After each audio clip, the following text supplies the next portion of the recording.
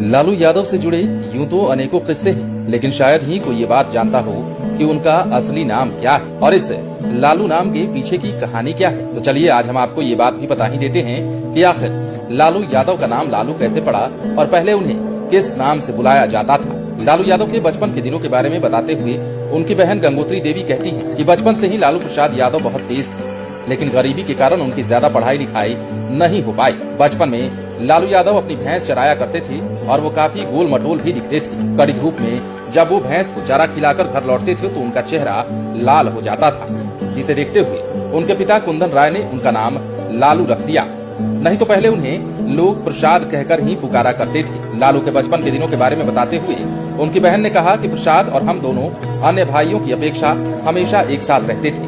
जब भी कभी कोई भाई के द्वारा मुझे या प्रसाद को परेशान किया जाता था तो हम दोनों मिलकर उसकी धुलाई कर देते थे, जिसके कारण हमारे सभी भाई मुझे बहन नहीं बल्कि भाई बुलाते थे और कहते थे कि हम 6 भाई नहीं बल्कि 7 भाई। वहीं बचपन में हुए इस घटना के बारे में बताते हुए गंगोत्री देवी ने कहा कि हमारे पिता कुंदन राय जो मवेशी चराने का काम करते थे, उनका गांव के ही व्यक्ति से झगड़ा हो गया। तब हम और लालू 15-16 साल के थे। झगड़ा की सूचना मिलते ही हम लोग दौड़कर उस स्थान पर पहुंचे और पिता के साथ मारपीट कर रहे व्यक्ति की जमकर धुलाई कर दी, जिसके बाद से सभी भाइयों सहित लालू यादव में भी मेरा डर बरकरार हो गया था। अपने बचपन के दिनों के बारे में बताते हुए उन्होंने कहा कि हमारे पिता मजदूरी करते हुए मवेशी पालकर अपना और अपने परिवार का जीवन यापन करते थे।